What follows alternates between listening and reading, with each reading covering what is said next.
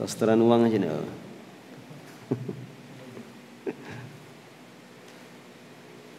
Ayo. Insyaallah kita akan masuk pada hadis yang setelahnya. Masih pada bab salat Jumat. Masuk pada bab setelahnya, hukmu idraki rak'atin minal jum'ah. Hukum mendapatkan satu rakaat dari salat Jumat. Itu bab yang berkaitan dengan seseorang yang masbuk, dia tertinggal di dalam salat Jumat. Bagaimana penjelasan para ulama? Maka disebutkan di dalam hadisnya, hadis 426 di sini.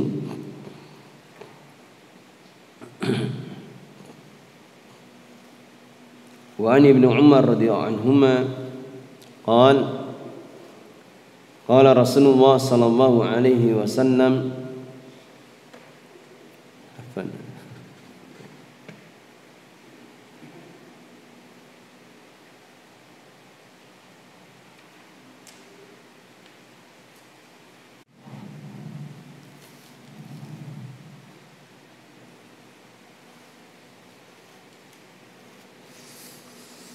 kita ulangi. Wa Ibnu Umar, dari sahabat Ibnu Umar, Abdullah bin Umar bin Khattab radhiyallahu anhuma, bila berkata qala Rasulullah, bersabda Rasulullah sallallahu alaihi wasallam, man adraka rak'atan min salatil jum'ah, barang siapa yang mendapati satu rakaat dari salat Jum'ah, wa ghairiha, dan selain dari salat Jum'ah, fal yudif ilaiha ukhra, maka hendaknya dia sandarkan ilaiha, kepada salat Jum'ah itu, ukhra, yang lain, artinya rakaat yang lain. Wa qad tammat salatuhu, dan sungguh telah sempurna salatnya. Rawahu An-Nasa'i wa Ibnu Majah wa Daraqutni, diriwayatkan oleh Al-Imam An-Nasa'i dan Ibnu Majah dan Daraqutni, wa lafdzul lahu, dan lafaz ini milik Al-Imam Ad-Daraqutni, wa isnadu sahih, dan sanadnya sahih, lakin qawwa Abu Hatim irsalahu, akan tapi Abu Hatim itu lebih menguatkan hadis ini, hadis yang mursal. Hadis ini itu hadis yang mu'al, hadis yang ada cacatnya, ghairu mahfud, dan tidak terjaga. Dan cukuplah bagi jumhur, kebanyakan para ulama, ketika berhujjah dengan hadis ini, maka cukup berhujjah dengan hadis yang lebih umum dari sahabat Abu Hurairah radhiyallahu an, bahwasanya Nabi sallallahu alaihi wasallam telah bersabda, man adraka rak'atan minas shalah, barang siapa yang mendapati satu rakaat dari salat, faqad adrakas shalah, maka dia telah mendapati salat itu, dia telah mendapatkan salat itu. Dijelaskan oleh para ulama, hadis yang kita baca tadi itu hadis yang syad, yaitu pada tambahan wa ghairiha. Tambahan wa ghairiha, man adraka rak'atan min salatil jum'ah wa ghairiha, maka tambahan wa ghairiha itu tambahan yang syad, tambahan yang menyelisihi para perawi yang lebih thiqah.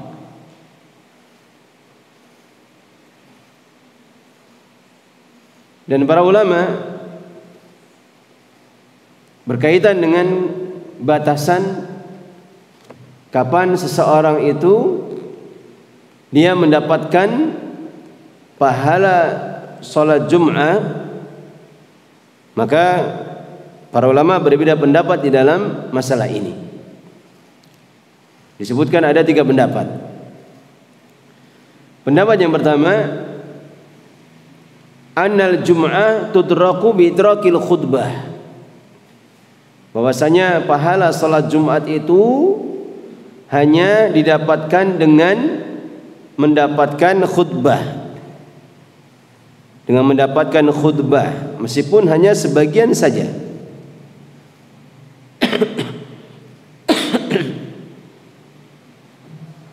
Kapan dia tidak mendapatkan khutbah, kemudian dia salat bersama imam, maka salatnya salat zuhur berapa rakaat? 4 rakaat. Ini pendapat Al-Imam At-Tawus, Atha, Mujahid, Makhul, Sa'id bin Jubair. Dan mereka mengatakan, kenapa mereka berpendapat seperti ini? Karena khutbah itu badalun minar rak'ataini. Khutbah Jumat itu apa? Badal. Apa badal? Pengganti dari 2 rakaat yang ditinggalkan dari salat zuhur. Dan sebagian para ulama meriwayatkan dari Umar bin Khattab. Dari pendapat ini hanya asarnya tidak sahih. Asarnya apa? Asarnya tidak sahih karena munqati, dia terputus di dalam sanadnya. Ini pendapat yang pertama. Berat ya. Nah, kalau terlambat salat zuhur meskipun salatnya bareng imam. Kemudian al-qaulu tsani, pendapat yang kedua,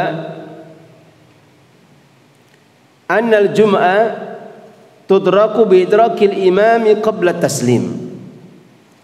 Bahwasanya pahala salat Jumat itu didapatkan dengan mendapati imam sebelum salam. Jadi meskipun dia salatnya terlambat, salat Jumatnya terlambat, kemudian selama dia mendapatkan bersama imam sebelum imam salam, maka dia tetap mendapatkan pahala salat Jumat. Dan ini pendapat diriwayatkan dari Al-Imam Hakam, Muhammad, Abu Hanifah dan murid-murid beliau, Dawud, Az-Zahiri, Ibnu Hazm dan selainnya. Dan mereka berdalilkan dengan hadis Abu Hurairah radhiyallahu an, di mana Nabi sallallahu alaihi wasallam pernah bersabda, "Ma adraktum wasallu." Apa yang kalian dapatkan itu bersama imam, maka salatlah. Wa ma fatakum fa atimmu, dan apa yang luput pada diri kalian maka sempurnakanlah. Dan kalimat wa ma fatakum ini sesuatu yang umum, yang termasuk apa yang mendapatkan bagian yang sedikit bersama imam. Baik. Kemudian disebutkan pendapat yang ketiga, anal Jum'ah tudraku bidrakin raka'ah. Salat Jumat itu didapatkan dengan mendapati 1 rakaat bersama imam. Mendapati 1 rakaat bersama imam. Wa huwa qaul aktsaril ulama. Dan ini pendapat kebanyakan para ulama.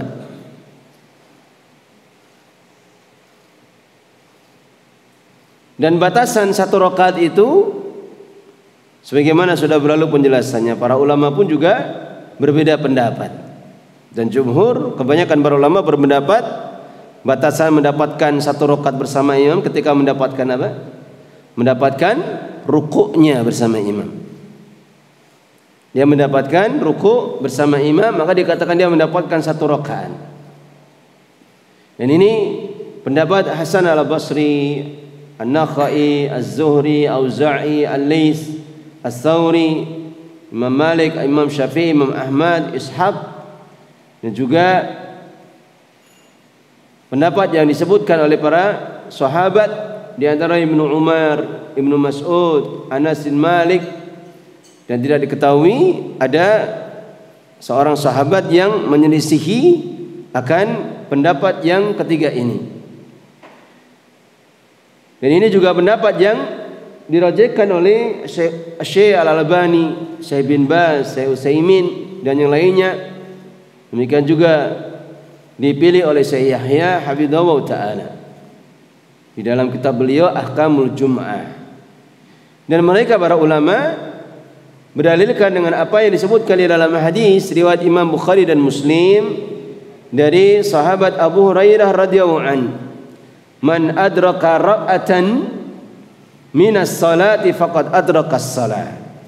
Barang siapa yang mendapati satu rakaat dari salat, maka dia telah mendapatkan pahala salat itu.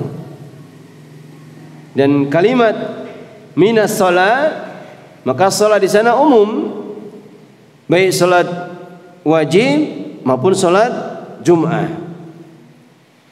Meskipun sebagian para ulama mereka hanya membawa makna dari hadis ini itu berkaitan dengan waktu saja. Berkaitan dengan waktu.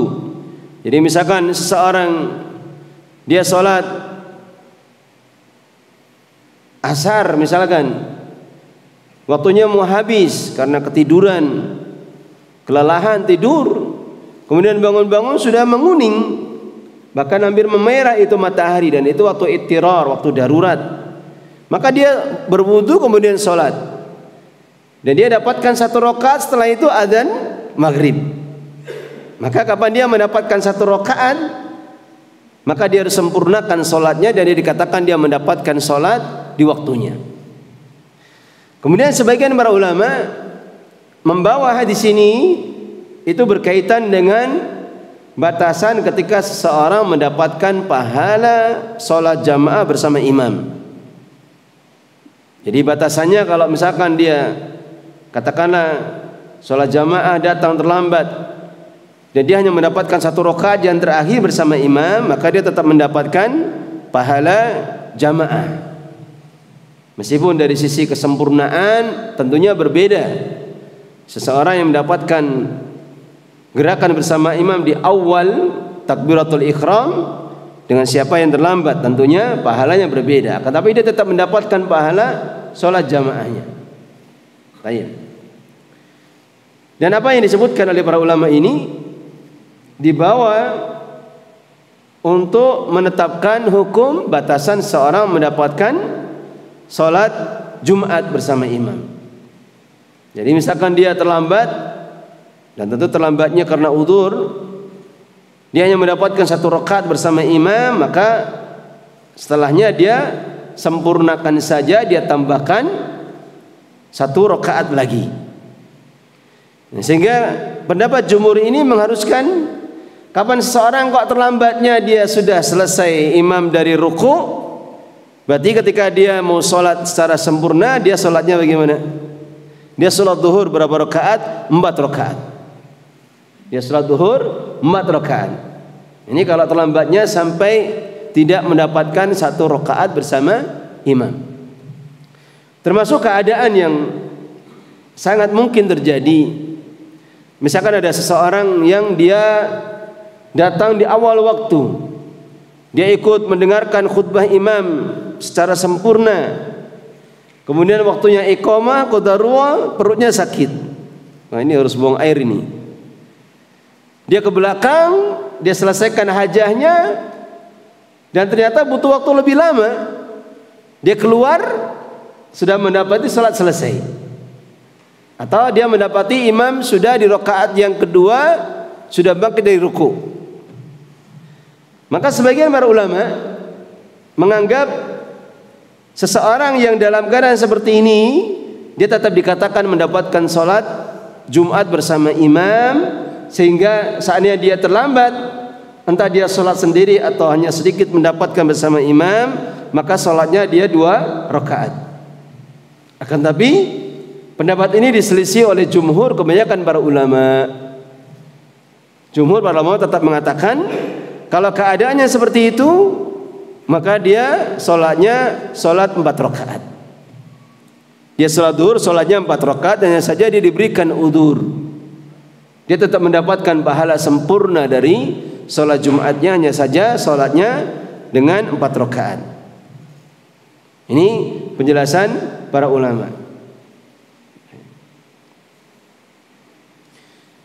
Dan disebutkan oleh Syekh Utsaimin rahimahullah taala beberapa faedah di dalam hadis ini.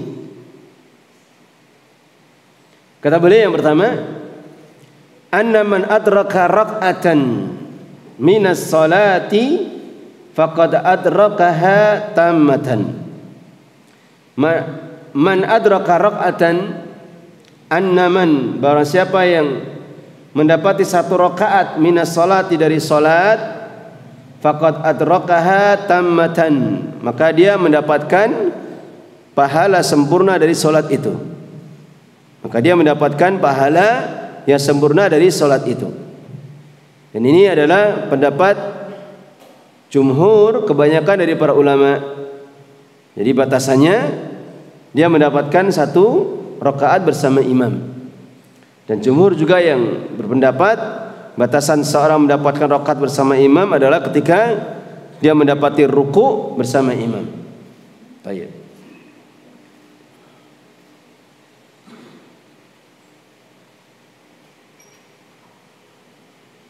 Kemudian faedah setelahnya, rahmatullahi bi khalqihi, rahmat Allah terhadap hamba-hambanya. Rahmat Allah terhadap hamba-hambanya, rahmatullahi bi khalqihi. Dari sisi mana? Dari sisi ketika seseorang hanya mendapatkan sebagian saja dari salatnya bersama imam, maka dikatakan dia tetap mendapatkan salat bersama imam secara sempurna.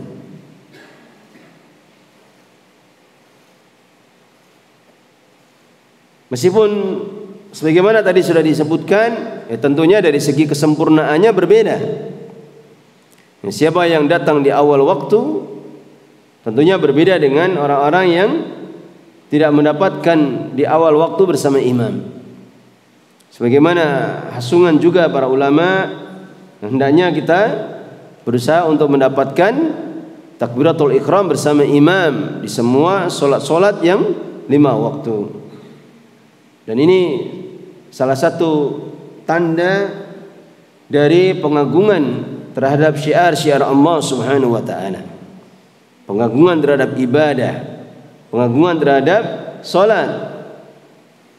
Itu tampak bagaimana ketika seseorang bersemangat di dalam menjaga sholat jamaahnya. Jangan membiarkan diri kita tidak mendapatkan keutamaan yang besar ini, sehingga kadang membiasakan diri untuk terlambat tidak mendapati takbiratul ihram bersama imam. Kemudian setelahnya, wujubu itmamis salati, wajibnya untuk menyempurnakan salat. Artinya tidak boleh seorang itu keluar dari salatnya. Sebagaimana disebutkan di dalam hadis, hanya saja didhaifkan tadi. Nabi mengatakan fal yudif ilaiha ukhra, maka hendaknya dia sandarkan salatnya itu kepada rakaat yang lain agar menjadi sempurna salatnya. Kemudian faedah setelahnya, annahu la yushtaratu li sihatil jum'ah khudurul khutbah. Annahu la yushtaratu, bahwasanya tidak disyaratkan li sihatil jum'ah, untuk sahnya salat Jumat, khudurul khutbah, menghadiri apa? Khutbah.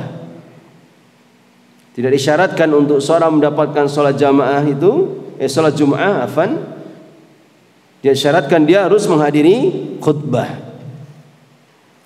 Artinya kalau dia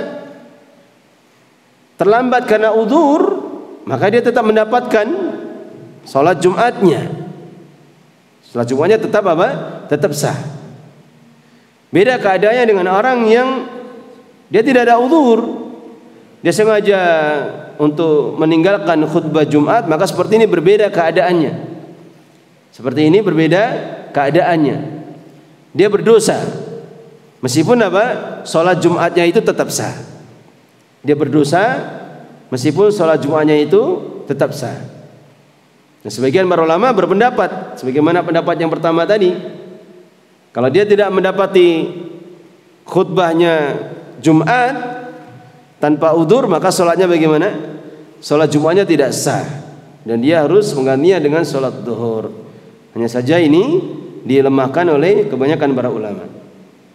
Baik.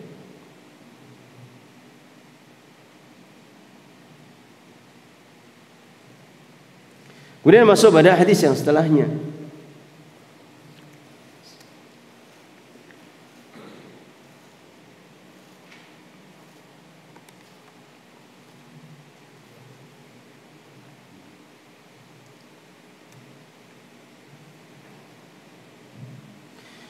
Ini ada tambahan sedikit. Bagaimana dengan keadaan seorang yang ketika dia terlambat, misalkan dia tidak mendapatkan satu rakaat yang terakhir bersama imam, berarti dia harus salat apa? Salat zuhur 4 rakaat. Maka bagaimana dengan penjelasan sebagian di kalangan para ulama? Bedanya niat seseorang yang dia makmum berbeda dengan niatnya imam. Sebagian para ulama mengatakan tidak boleh.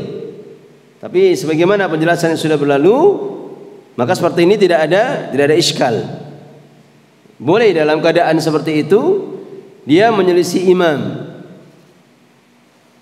Dia menyelisih imam artinya dia niat salat zuhur kemudian dia makmum terhadap imam yang sholat Jumat karena dia terlambat. Atau termasuk keadaan yang tadi, dia sebetulnya ikut di khutbah Jumatnya, akan tapi ketika iqamah dikumandangkan dia harus keluar buang hajat, menghabiskan waktu, dia kembali sudah terlambat. Maka seperti ini dibolehkan dia berniat sholat zuhur di belakang imam yang niatnya sholat Jumat 2 rakaat. Baik. Kemudian masuk pada hadis setelahnya, hukmul khutbati qa'iman. Hukum khutbah dalam keadaan berdiri. Wa an Jabir bin Samurah, dari Jabir bin Samurah radhiyallahu anna Nabiy sallallahu alaihi wasallam kana yakhutubu qa'iman. Nabi sallallahu alaihi wasallam dulu beliau terbiasa khutbah dalam keadaan berdiri. Summa yajlisu, kemudian beliau duduk. Summa yaqumu fayaktubu qa'iman, kemudian beliau berdiri lagi dan berkhutbah dalam keadaan berdiri. Faman anba'aka, kata Jabir bin Samurah, maka barang siapa yang menghabarkan kepadamu annahu kana yakhutubu jalisan, bahwasanya Nabi sallallahu alaihi wasallam itu telah berkhutbah dalam keadaan duduk, faqad kadzaba, maka sungguh dia telah berdusta. Ini kata Jabir bin Samurah, maka barang siapa yang menghabarkan kepadamu bahwasanya Nabi sallallahu alaihi wasallam itu pernah khutbah dalam keadaan duduk, faqad kadzaba, maka dia telah berdusta. Rawahu Muslim, hadis ini diriwayatkan oleh Imam Muslim. Baik. Maka apa yang disebutkan oleh sahabat Jabir bin Samurah radhiyallahu an memberikan isyarat. Berarti pada saat itu mungkin ada ucapan sebagian di kalangan para sahabat atau kaum muslimin yang mereka mengatakan bahwasanya Nabi SAW itu pernah khutbah dalam keadaan duduk, sehingga Jabir bin Samurah sampai mengucapkan ucapan seperti ini, faman anba'aka annahu kana yaktubu jalisan faqad kadzaba.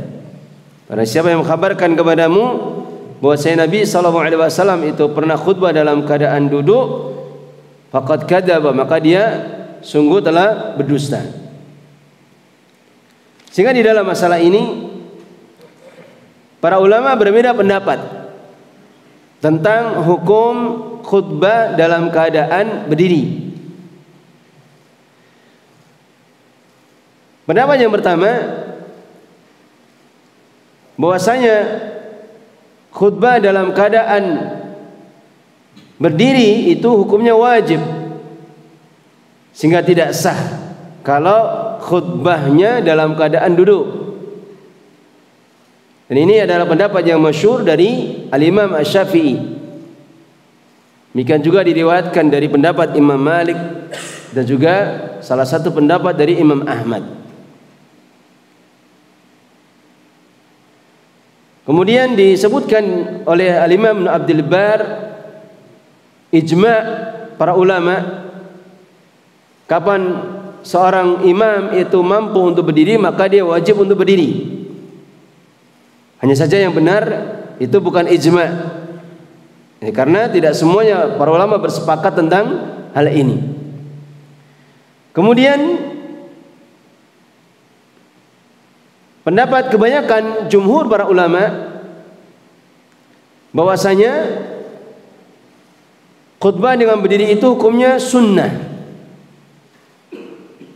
dan makruh kalau dia berkhutbah dengan duduk ma'al qudrah, dalam keadaan dia mampu. Artinya kalau dia mampu untuk berdiri maka hukumnya makruh. Tidak boleh dia berdiri, tidak boleh dia berkhutbah dengan duduk ketika dia mampu berdiri. Hukumnya apa? Makruh. Dan ini pendapat kebanyakan jumhur para ulama, yaitu apa? Bahwasanya khutbah dengan berdiri itu hukumnya sunnah saja, tidak sampai batasan wajib. Hanya saja kapan seorang mampu berdiri kok dia duduk, maka hukumnya apa? Makruh.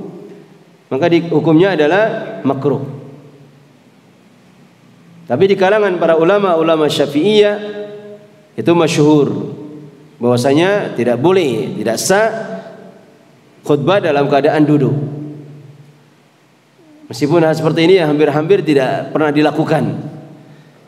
Ya, karena memang seperti keadaan yang biasa didapati, hampir-hampir tidak ada imam yang khutbahnya dengan duduk. Dan jangan sekali-sekali atau tidak perlu kita menyelisih mereka dalam hal seperti ini. Baik. Kemudian bagaimana hukum al-julus bainal khutbatain? Bagaimana hukum al-julus, duduk di antara dua khutbah? Maka Al-Imam Syafi'i dan murid-murid beliau berpendapat duduk di antara dua khutbah itu hukumnya apa? Wajib. Dan mereka berdalilkan dengan mudawamatu fi'lin Nabi. Senantiasa Nabi SAW melakukan ini dan tidak pernah dinukil dalam satu hadis beliau tidak melakukannya. Kapan beliau berkhutbah Jumat maka beliau senantiasa duduk di antara dua khutbah. Kemudian pendapat kebanyakan para ulama duduk di antara dua khutbah itu hukumnya sunnah saja dan tidak sampai batasan wajib. Hanya saja ya jangan sekali-sekali kita menyelisihi. Tak menyelisih, ini sunnah saja. Ya, khutbah tanpa duduk. Orang-orang bingung nanti malam. Besoknya tidak dipakai lagi. Tidak boleh khutbah lagi. Karena ini aliran aneh. Ini pendapat yang aneh. Meskipun para ulama kebanyakan mengatakan itu sunnah. Hanya saja kalau sesuatu yang sudah dipahami atau diketahui oleh kebanyakan kaum muslimin, maka bukan perkara kebaikan ketika seseorang menyengaja untuk menyelisihinya. Bukan perkara kebaikan ketika seseorang sengaja untuk menyelisihinya. Baik. Maka disebutkan juga oleh Syekh Muhammad bin Shalih Al-Utsaimin faedah dari hadis ini. Yang pertama, anna Rasul sallallahu alaihi wasallam kana yaktubu qa'iman, bahwasanya Rasul sallallahu alaihi wasallam itu dulu beliau biasa berkhutbah dalam keadaan berdiri, wa yajlisu qabla al-khutbah bainal khutbatain, dan beliau duduk qabla al-khutbah, sebelum khutbah di antara dua khutbah. Ini kebiasaan apa yang dilakukan oleh Nabi sallallahu alaihi wasallam. Kemudian faedah juga dari hadis ini, annal afdal ayaktubal insanu qa'iman fil jum'ah, bahwasanya yang paling utamanya adalah berkhutbah dengan berdiri di dalam salat Jumat. Sehingga beliau berpendapat, Syekh Utsaimin berpendapat dengan pendapat jumhur kebanyakan para ulama, bahwasanya khutbah dengan berdiri itu hukumnya apa? Sunnah. Dan beliau mengatakan bahwa sekedar perbuatan Nabi, ini kaidah, mujaradul fi'lin Nabi, sekedar perbuatan Nabi sallallahu alaihi wasallam, la yadullu 'alal wujub illa biqarinah. Itu tidak serta-merta menunjukkan wajibnya perkara itu kecuali dengan apa? Dengan qarinah. Sebagaimana faidah ini juga kita dapatkan di hadis sebelumnya, bahwasanya sekedar perbuatan Nabi, meskipun beliau senantiasa melakukannya, tidak pernah meninggalkannya, maka itu tidak mengharuskan bahwasanya hal itu adalah wajib illa biqarinah, kecuali dengan adanya qarinah.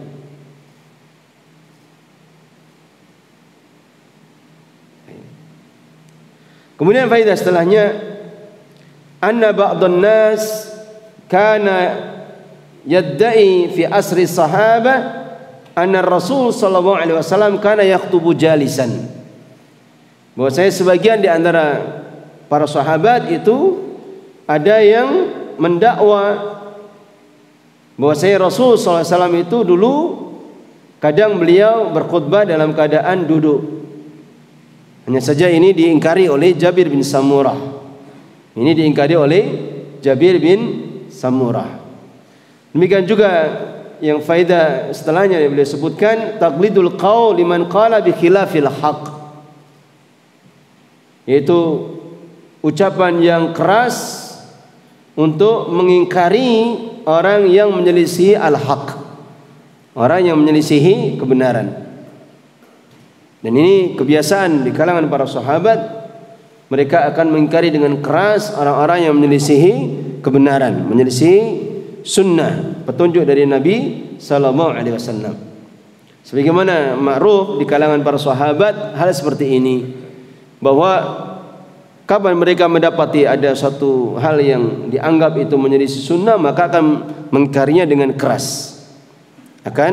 dengan keras, kecuali sesuatu yang memang diperselisihkan di kalangan para sahabat dan tidak ada jelas dari hadis Nabi sallallahu alaihi wasallam yang menunjukkan mana yang lebih benar, mana yang lebih mendekati kebenaran. Maka seperti ini biasa para sahabat juga berselisih pendapat. Baik.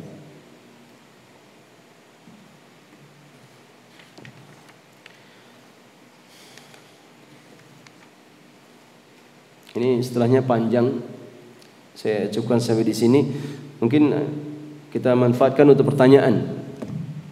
Boleh bab ini atau boleh pembahasan fikih-fikih yang lain atau pembahasan sebelumnya. Silakan. Fadhil.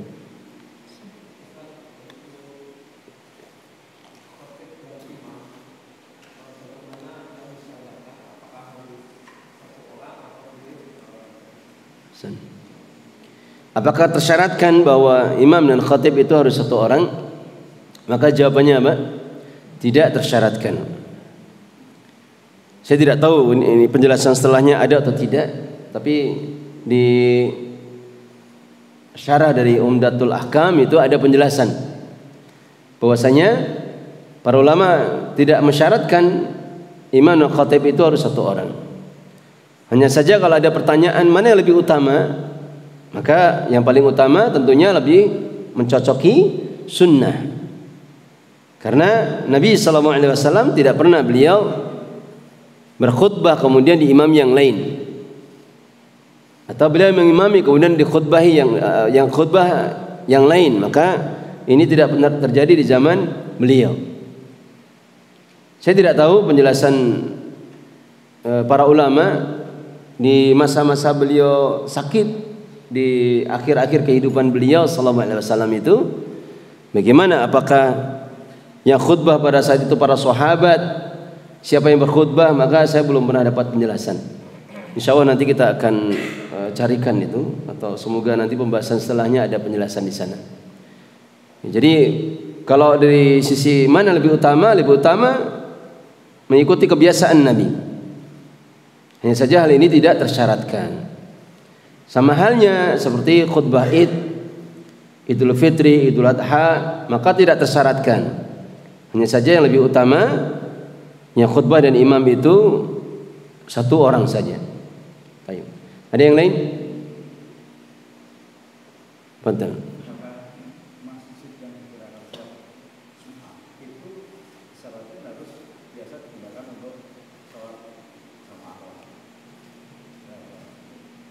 Apakah masjid yang digunakan untuk salat Jumat itu mengharuskan untuk digunakan salat jamaah?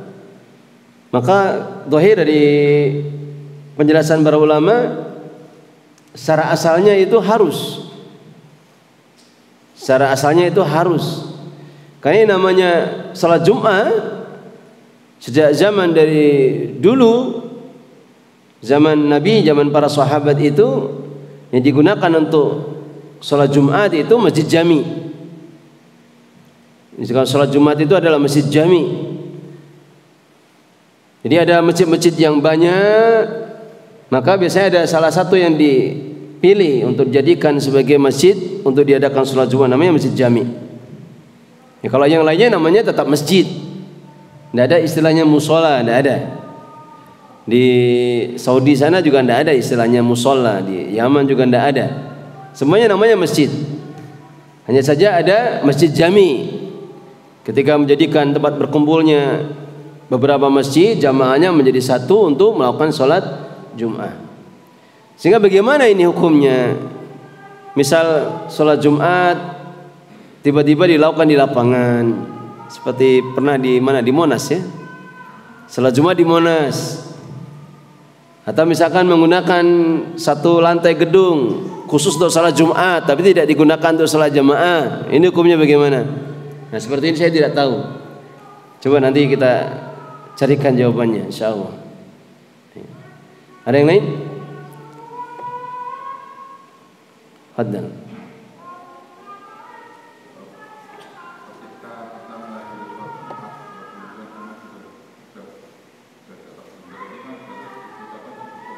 Nah,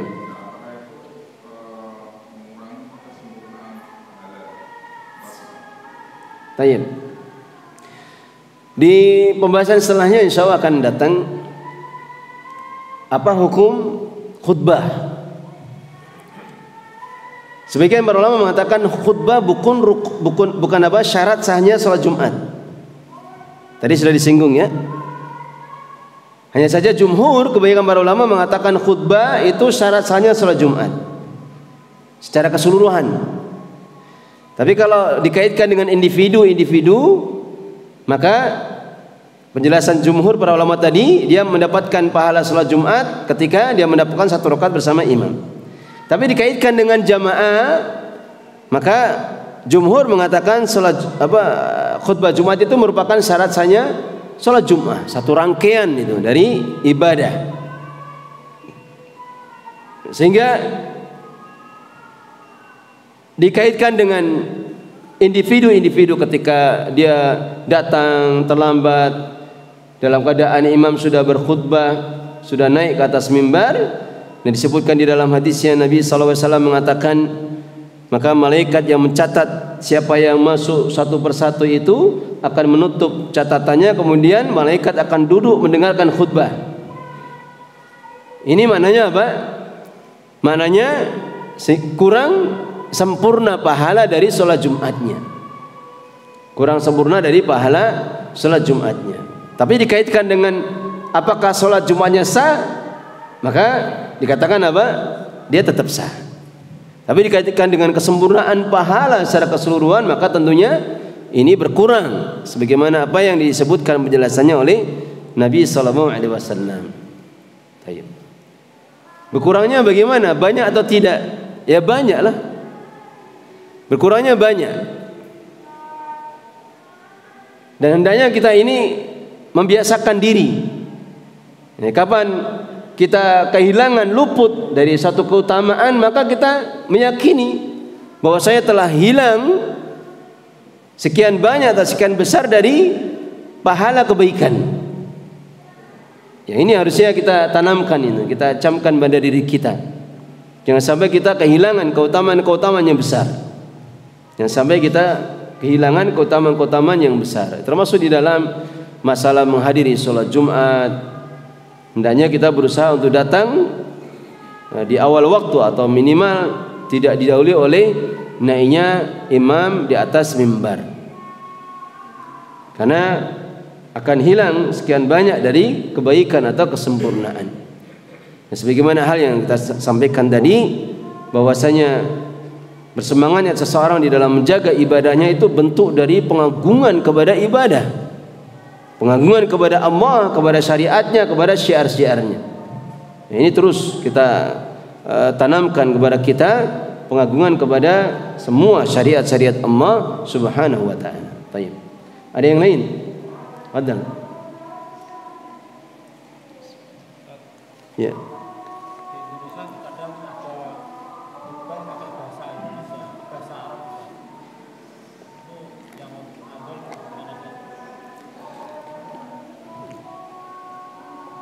Mana lebih utama, khutbah dengan bahasa Arab atau dengan bahasa Indonesia?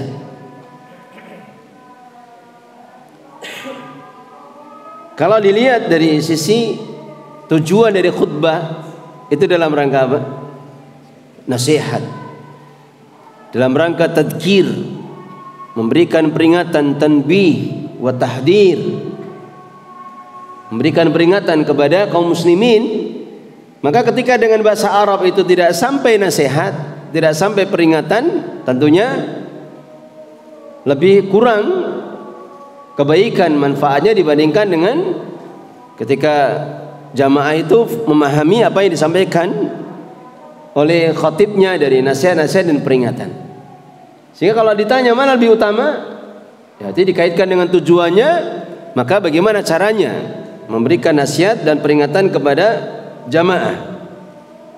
Apalagi kebanyakan kaum muslimin itu kan mereka mendengarkan nasihat itu sepekan sekali. Kebanyakan mereka tidak pernah mempedulikan halaqah ilmu, majelis Al-Quran, bahkan tidak mempedulikan belajar membaca Al-Quran.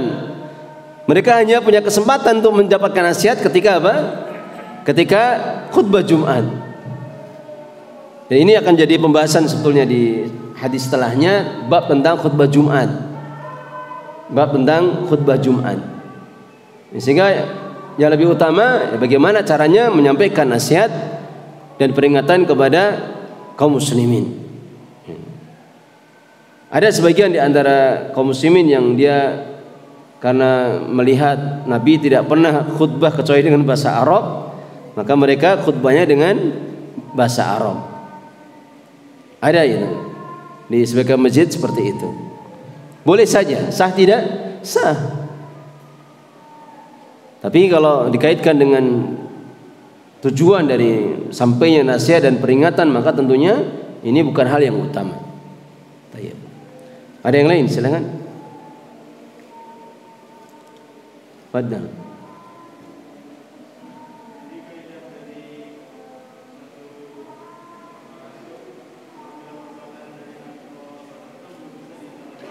Wajib. Nah, qarinah. Baik. Di mujarradu fi'lin nabi la yadullu 'alal wajib illa biqarinah. Sekedar perbuatan nabi itu tidak bisa atau tidak mengharuskan dia ditetapkan hukumnya wajib kecuali dengan qarinah. Qarinah itu maknanya bukti atau dalil atau indikasi yang menunjukkan wajibnya hal tersebut. Dan ini kaidah yang umum. Jadi apa yang dilakukan Nabi tidak boleh kemudian ditetapkan itu perkara yang wajib kecuali dengan apa? Dengan qarinah. Contoh apa? Yang paling mudahnya disebutkan di dalam hadis Aisyah radhiyallahu anha bahwasanya beliau berkata, awal pertama kali apa yang dilakukan oleh Nabi SAW ketika beliau datang dari safar, maka beliau apa? Bersiwak. Maka beliau apa? Bersiwak. Maka bersiwak ini tidak boleh ditetapkan. Oh, kalau begitu hukumnya wajib. Kapan seorang datang dari safar maka kewajiban dia untuk bersiwak. Maka tidak dikatakan itu wajib. Tapi dikatakan itu min bab afdhaliyah saja, dari sisi keutamaan. Bagaimana Nabi SAW menjaga keadaan diri beliau di hadapan keluarganya, di hadapan istri-istri beliau. Tapi tidak kemudian dikatakan itu wajib. Kapan dikatakan wajib? Jika ada qarinah. Dikatakan wajib ketika ada apa? Qarinah. Bahwasanya apa yang dilakukan oleh Nabi SAW itu juga berlaku pula untuk umatnya. Berlaku pula untuk apa? Untuk umatnya. Misalkan apa? Misalkan apa yang beliau lakukan, beliau contohkan di dalam wudu misalkan, atau beliau lakukan di dalam salat. Ketika itu adalah sesuatu yang dipahami itu tidak bisa atau tidak boleh ditinggalkan, maka itu menunjukkan bahwasanya itu adalah hal yang wajib. Seperti perbuatan Nabi SAW di dalam wudu. Kalau di dalam ayatnya kan hanya disebutkan, idza qumtum ila sholati faghsilu wujuhakum wa aydiyakum ilal marafiqi wamsahu bi ru'usikum wa arjulakum ilal ka'bain. Jika kalian ingin salat maka hendaknya kalian membasuh wajah. Baik. Kemudian apa? Membasuh apa? Tangan. Kemudian mengusap kepala, kemudian membasuh kaki. Maka ada perbuatan-perbuatan Nabi yang beliau contohkan dan beliau senantiasa melakukannya, tapi tidak disebutkan di dalam ayat tentang wudu. Meskipun di dalam hal ini para ulama berbeda pendapat pula. Seperti apa? Seperti misalkan beliau apa? Beristinsyak, memasukkan air apa? Ke hidung. Maka sebagian para ulama mengatakan wajib. Sebagian lagi mengatakan itu sunnah. Termasuk apa yang tidak ada? Mengusap telinga. Sebagian para ulama mengatakan itu wajib, sebagian lagi mengatakan itu sunnah. Jadi tidak bisa ditetapkan dari perbuatan Nabi apakah itu hal yang menjadi wajib kecuali dengan qarinah. Baik. Ada yang lain? Saya kira cukup ya. Semoga bermanfaat. Siapa yang membaca hadis besok ini? Antum? Semoga bermanfaat. Akhiru da'wana walhamdulillahirabbil alamin. Subhanaka Allahumma bihamdika asyhadu an la ilaha illa anta astaghfiruka wa atubu ilaik.